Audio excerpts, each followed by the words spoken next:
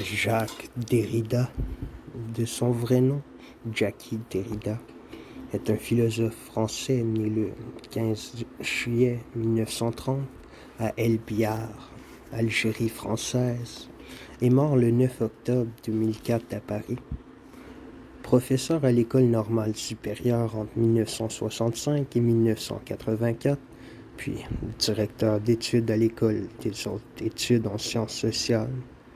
Il a créé et développé l'école de pensée autour du déconstructionnisme.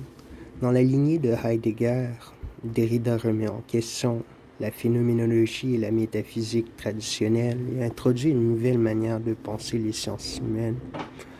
Le point de départ de son œuvre est une critique de la linguistique et de la place dominante qu'elle occupe dans le champ des sciences humaines.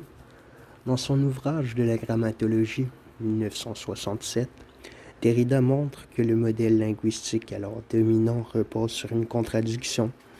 La langue serait constituée d'une parole orale, dont l'écriture serait la transcription. La vraie langue, la langue originaire, serait donc la langue orale.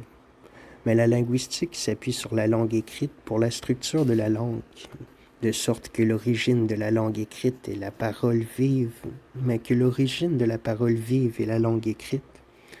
Derrida transpose ici dans le domaine de la linguistique le questionnement de l'origine qui était celui d'Edmund Husserl dans l'origine de la géométrie, 1954, et introduit la notion de supplément originaire, ou simplement de supplément.